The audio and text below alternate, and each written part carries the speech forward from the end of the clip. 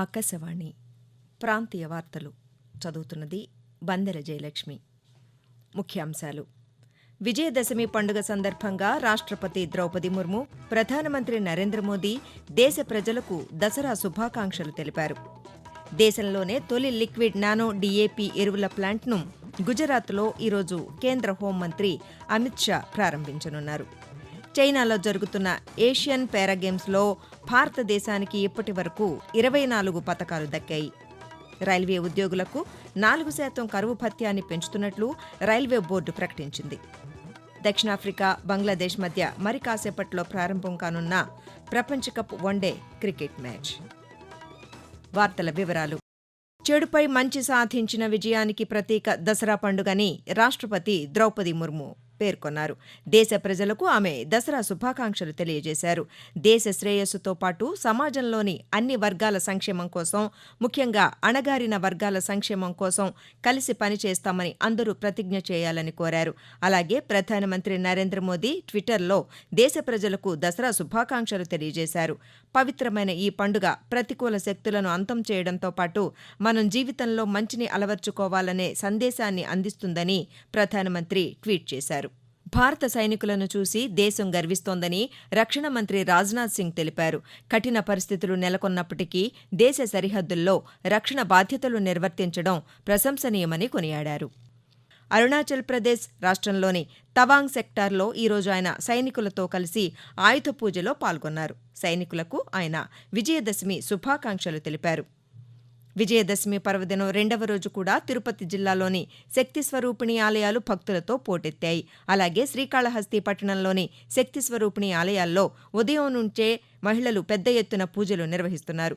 ఈరోజు మధ్యాహ్నం 3 గంటల వరకు విజయదశమి శుభగడియలు ఉండడంతో ధూపదీప నైవేద్యాలతో అమ్మవారికి మొక్కులు సమర్పించుకుంటున్నారు. శ్రీకాళహస్తిలోని జ్ఞానప్రసూనాంబాలయంలో ప్రత్యేక అభిషేకాలను దేవస్థానం అధికారులు నిర్వహిస్తున్నారు.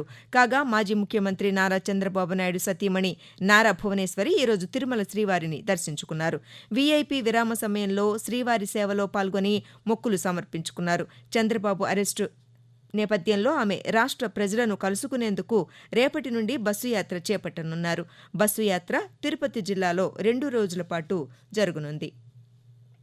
ఇంద్రకీలాద్రిపై భక్తుల రద్దీ పెరుగుతోంది. భవానీ దీక్షాదారులతో 2 రోజులుగా అమ్మవారిని దర్శించుకునే భక్తుల సంఖ్య భారీగా పెరిగింది. ఈ రోజు కూడా రాజరాజేశ్వరీదేవి అలంకరణలో దుర్గమ్మ దర్శనమిస్తున్నారు. భక్తుల రద్దీ దృష్ట్యా ఆలయం వద్ద పోలీసు బందోబస్తు కొనసాగుతోంది. శ్రీశైలంలోనూ దసరా మహోత్సవాలు ఈరోజు ముగియనున్నాయి. ఈరోజు సాయంకాలం నిజరూప అలంకారంలో భ్రమరాంబికాదేవి భక్తులకు దర్శనం ఇవ్వనున్నారు. స్వామి అమ్మవార్లను నంది వాహనంపై ఊరేగించనున్నారు. రాత్రి 8 గంటలకు స్వామి అమ్మవార్లకు ఆలయ పుష్కరిణిలో నిర్వహించనున్న తెప్పోత్సవంతో ఉత్సవాలు ముగుస్తాయి. భారత ఉపరాష్ట్రపతి జగదీప్ ధన్ఖడ్ ఈ నెల 28న విశాఖపట్నం రానున్నారు. ఈ నెల 27 నుండి జరగనున్న ఆంధ్ర వైద్య కళాశాల శతాబ్ది ఉత్సవాల్లో ఆయన ముఖ్య అతిథిగా పాల్గొంటారు. 3 రోజుల పాటు నిర్వహించే ఉత్సవాల్లో 2వ రోజు కార్యక్రమానికి గౌరవ ఉపరాష్ట్రపతి హాజరవుతారు. అనంతరం విశాఖ తీరంలో ఉన్న నావికాదళ వైమానిక కేంద్రం ఐఎన్ఎస్ డేగాను ఆయన సందర్శిస్తారు. దేశంలోనే తొలి లిక్విడ్ నానో డీఏపీ ఎరువుల ప్లాంట్ను నేడు గుజరాత్లో కేంద్ర హోంమంత్రి అమిత్ షా ప్రారంభించనున్నారు. దీనిని భారతీయ రైతుల ఎరువుల సహకార సంస్థ ఇఫ్కో గాంధీనగర్లోని కలోల్ ప్రాంతంలో స్థాపించింది. కేంద్ర రసాయనాలు, ఎరువుల శాఖ మంత్రి మన్సుఖ్ మాండవీయ ఈ కార్యక్రమంలో పాల్గొననున్నారు. ఈ సందర్భంగా ఇఫ్కో చైర్మన్ దిలీప్ సంఘావి ఆకాశవాణితో మాట్లాడుతూ ఈ ప్లాంట్ వల్ల దేశంలోని రైతులకు ఎంతగానో మేలు జరుగుతుందన్నారు.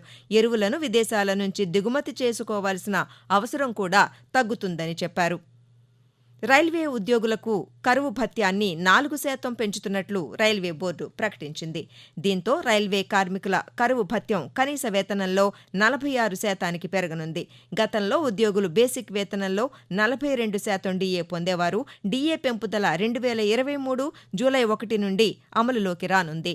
కాగా కేంద్ర ఉద్యోగులు, పెన్షనర్ల డీఏను 4% పెంచుతూ కేంద్ర కేబినెట్ 5 రోజుల క్రితమే నిర్ణయం తీసుకుంది. చైనాలో జరుగుతున్న ఏషియన్ పారా గేమ్స్లో భారతదేశానికి ఇప్పటి వరకు 24 పతకాలు దక్కాయి. వీటిలో 8 స్వర్ణ, 8 రజత, 8 కాంస్య పతకాలు ఉన్నాయి. ఈరోజు మహిళల పారా కనోయింగ్ KL2 కేటగిరీలో ప్రాచీ యాదవ్ బంగారు పతకాన్ని సాధించారు. అలాగే పురుషుల పారా కనోయింగ్ KL3 కేటగిరీలో మనీష్ కౌరవ్ కాంస్య పతకం సాధించారు.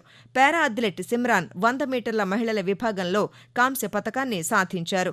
కాగా ఏషియన్ పారా గేమ్స్కు భారత్ 17 విభాగాలలో మొత్తం 303 మంది క్రీడాకారులను పంపింది. 2018లో ఇండోనేషియాలో జరిగిన ఏషియన్ పారా గేమ్స్లో భారత్ 72 పతకాలు సాధించింది. ఆకాశవాణి ప్రాంతీయ వార్తలు వింటున్నారు. క్రికెట్ వన్డే ప్రపంచకప్లో భాగంగా దక్షిణాఫ్రికా, బంగ్లాదేశ్ల మధ్య మ్యాచ్ మరికొద్దిసేపట్లో ప్రారంభం కానుంది.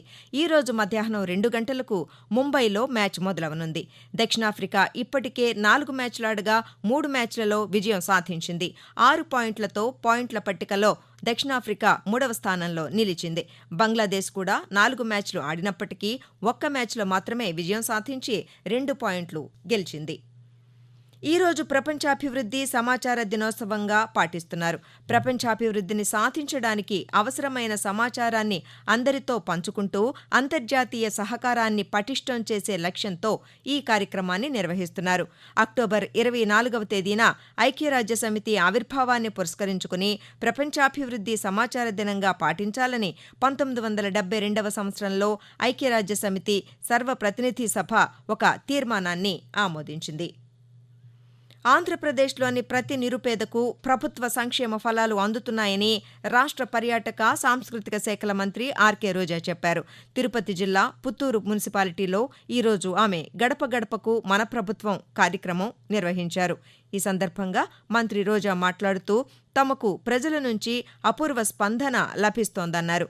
వైఎస్సార్ కాంగ్రెస్ పార్టీ 4.5 పాలనలో రాష్ట్ర ప్రజలందరూ సుభిక్షంగా ఉన్నారని తెలిపారు. ఉమ్మడి చిత్తూరు జిల్లా స్థాయి బాడీ బిల్డింగ్ పోటీలను తిరుపతి జిల్లా బాడీ బిల్డింగ్ అసోసియేషన్ చైర్మన్ ఏ. ఈశ్వర్ ప్రకాష్ ఈరోజు ప్రారంభించారు. ఈ సందర్భంగా ఆయన మాట్లాడుతూ ఉమ్మడి చిత్తూరు జిల్లాకు చెందిన 250 మందికి పైగా క్రీడాకారులు బాడీ బిల్డింగ్ పోటీలకు హాజరయ్యారని చెప్పారు. ఇందులో గెలుపొందిన వారికి రివార్డులతో పాటు రాష్ట్ర స్థాయిలో బాడీ బిల్డింగ్ పోటీలలో రాణించేందుకు అవకాశం కల్పిస్తామన్నారు. అండర్ గ్రాడ్యుయేట్ యూజీ కోర్సుల్లో ప్రతిభావంతులను ఉన్నత చదువుల దిశగా ప్రోత్సహించేందుకు విశ్వవిద్యాలయాల నిధుల సంఘం యూజీసీ ఏటా జాతీయ పీజీ స్కాలర్షిప్లు అందిస్తోంది. ప్రస్తుతం పీజీ ప్రథమ సంవత్సరం కోర్సులు చదువుతున్నవారు scholarships.gov.in వెబ్సైట్లో దరఖాస్తు చేసుకోవచ్చు. యూజీలో సాధించిన మార్కుల ఆధారంగా వీరిని ఉపకార వేతనాలకు ఎంపిక చేస్తారు. వీరికి ప్రతి నెల 15,000 రూపాయల చొప్పున 2 ఏళ్ల పాటు ఉపకార వేతనం అందిస్తారు. మొత్తం 10,000 మందిని ఉపకార వేతనాలకు ఎంపిక చేస్తారు. ఇందులో 30% మహిళలకు కేటాయించారు. దరఖాస్తు చేసుకునేందుకు చివరి తేదీ డిసెంబర్ 31. ప్రధానమంత్రి నరేంద్ర మోదీ తన మనసులోని భావాలను ఆకాశవాణి ద్వారా దేశ ప్రజలతో పంచుకునే మన్ కీ బాత్ మనసులోని మాట కార్యక్రమం ఈ నెల 29వ తేదీ ఆదివారం ప్రసారమవుతుంది. మన్ కీ బాత్ కార్యక్రమానికి ప్రజలు తమ సూచనలు, సలహాలు అందించాలని ప్రధానమంత్రి కోరారు.